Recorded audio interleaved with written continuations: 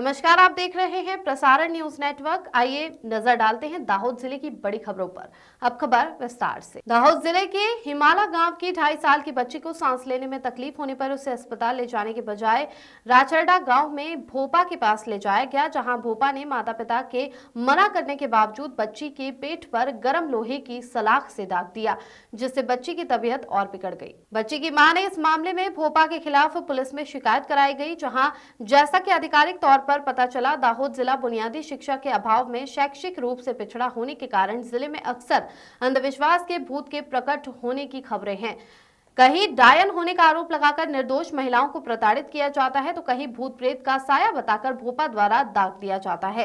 हाल ही में तारीख 29/1/2025 को दाहोद तालुका के हिमाला गांव के खांडीवाव फलिया में रहने वाले काजू भाई बापू भाई भाभोर के बेटे राहुल भाई की बेटी 2.5 साल की त्रिशा बेन को सांस लेने में तकलीफ होने पर त्रिशा बेन की दादी 45 वर्षीय रमीला बेन काजू भाई बापू भाई भाभोर अपनी पोती त्रिशा बेन को इलाज के लिए अस्पताल ले जाने के बजाय राचरडा गांव में रहने वाले भागा भाई दला भाई सोलंकी नामक भोपा के घर ले गए, जहां भगा भाई सोलंकी नामक भोपा ने कहा कि किसी ने कुछ कर दिया है, इसलिए उसे पेट में सुई से दाग देना होगा, जिस पर त्रिशा बेन की दादी रमीला बेन भाभोर ने दागने से मना किया। फिर भी भगा भाई सोलंकी ने पीड़ित त्रिशा बेन के पेट पर गर्म लोहे की सलाख से दाग दिया, जिससे त्रिशा बेन की तबीयत और बिगड़ गई और उन्हें तुरंत इलाज के लिए दाहोद के जायडस अस्पताल में भर्ती कराया गया, जहां त्रिशा बेन का फिलहाल इलाज चल रहा है। इस संबंध में पीड़ित त्रिशा बेन की दादी हिमाला गांव के खंडीवाव फलिया की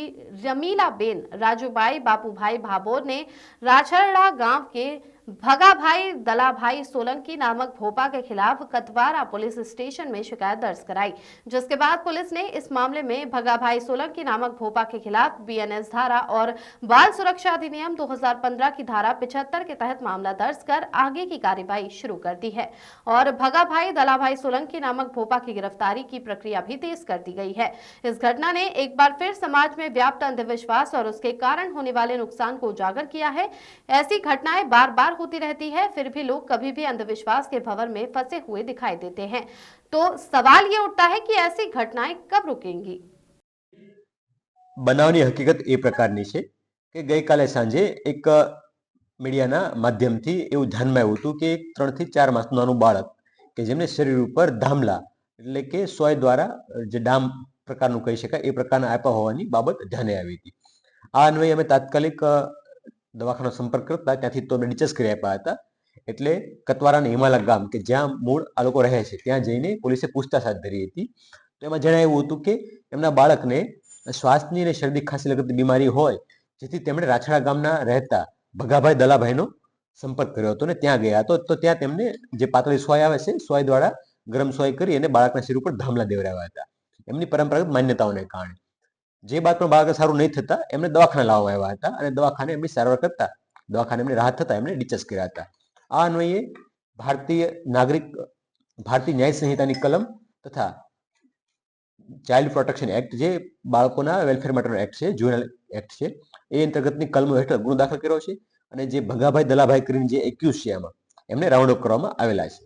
આમાં કોઈ ભુવા કે તાંત્રિક હોય એવું પ્રથમ દ્રષ્ટિએ જણાવ્યું નથી, પરંતુ જે પરંપરાગત માન્યતા કે રૂઢિઓના કારણે આ પ્રકારનું લોકોમાં એક મેડિકલ જ્ઞાન કે દવાઓના જ્ઞાન વિશે કે ટેકનોલોજી કે વિજ્ઞાન વિશે થોડી અજ્ઞાનતા હોય, અજ્ઞાનતાને કારણે આ પ્રકારની પરંપરાગત માન્યતા રહેતી હોય છે, જે ખોટી બાબત છે। જ્યારે આ પ્રકારનો કોઈ બનાવ બને કે બાળક માંદું પડે છે કે બાળકને કોઈ તકલીફ છે તો તાત્કાલિક દવાખાને સંપર્ક કરવો જોઈએ। જ્યારે આ પ્રકારે કોઈ વ્યક્તિ જે ધામલા પાવાના કે અન્ય તાંત્રિક વિધિ કરાવવાની કે XYZ આવું કરાવવાને કારણે ઘણીવાર જે બીમારી છે એ વધી જતી હોય છે અને પછી એમનો ઉપચાર કરવો થોડો તકલીફવાળો થતો હોય છે। એટલે આવો કોઈ બીમારી આવે તો તાત્કાલિક મેડિકલ સાયન્સ છે તો મેડિકલ સાયન્સ મુજબ ડોક્ટરનો સંપર્ક કરવો જોઈએ। કતવારામાં દાહોદમાં દવાખાનો પણ પૂરતા પ્રમાણમાં છે તો દવાખાનામાં જવાથી એમની રાહત થઈ શકે અને સારી રીતે સારવાર થઈ શકે છે। તો આનો કાયદેસરની કાર્યવાહી હાલમાં હાથ ધરવામાં આવી છે અને જે આરોપી છે એ રાઉન્ડ અપ થઈ ગયો છે। अगली खबर, छोटा उदयपुर में वन स्टॉप सेंटर में परिवार से बिछड़ी एक मानसिक रूप से अस्थिर महिला को रखा गया था। सखी वन स्टॉप सेंटर के कर्मचारियों ने उसके परिवार को खोजने के प्रयास शुरू किए, लेकिन महिला बार बार अलग अलग गांव के नाम बोलती थी। लेकिन उसकी भाषा से दाहोद जिले या आसपास के इलाके की होने का आभास होने पर महिला को दाहोद सखी वन स्टॉप सेंटर में रखा गया। दाहोद सखी वन स्टॉप सेंटर के कर्मचारियों ने महिला की काउंसलिंग की और उसके परिवार का विवरण जानने की कोशिश की तो अलीराजपुर जिले के 4-5 अलग अलग गांव के बारे में नाम बताए गए और वहां के सरपंच से संपर्क करके फोटो दिखाने पर महिला के परिवार की जानकारी मिली, जिसके आधार पर परिवार को सूचित किया गया। परिवारजन दाहोद पहुंचे और महिला को देखकर परिवार की खुशी का ठिकाना नहीं रहा। सखी वन स्टॉप सेंटर में जरूर प्रक्रिया पूरी करने के बाद परिवारजन महिला को लेकर अपने घर के लिए रवाना हुए। एक महीनाथी छोकरी खोवाई गेली, મને કાલે ખબર મળી તો અહીંયા દાહોદમાં છોકરી ખોળી કેવું કીધું સખી વન સ્ટોપ સેન્ટર इन દાહોદ એમાંથી મને છોકરી મળી તો बहुत આભાર માનું છું। दाहोद के इंदौर रोड पर स्थित सीमंधर स्वामी मंदिर जी का ध्वजारोहण कार्यक्रम विधि विधान के साथ धूमधाम से संपन्न हुआ। 7 तारीख को सुबह के समय गुरु लक्ष्मण सोसाइटी में रहने वाले स्वर्गीय हरक चंद जी चोपड़ा परिवार के यहां से धर्म ध्वजा गाजे बाजे के साथ मंदिर ले जाई गई। यहां दोपहर 12:40 पर मंदिर जी के शिखर पर लाभार्थी परिवार स्वर्गीय हरक चंद जी रत्ना जी चोपड़ा परिवार द्वारा ध्वजारोहण किया गया। ध्वजारोहण कार्यक्रम पूज्य स्मित दर्शिता मजा की देखरेख में हुआ। इस अवसर पर समाज के वरिष्ठ संघ के सदस्य और बड़ी संख्या में लोग उपस्थित रहे और धूमधाम से मंदिर जी का ध्वजारोहण किया गया।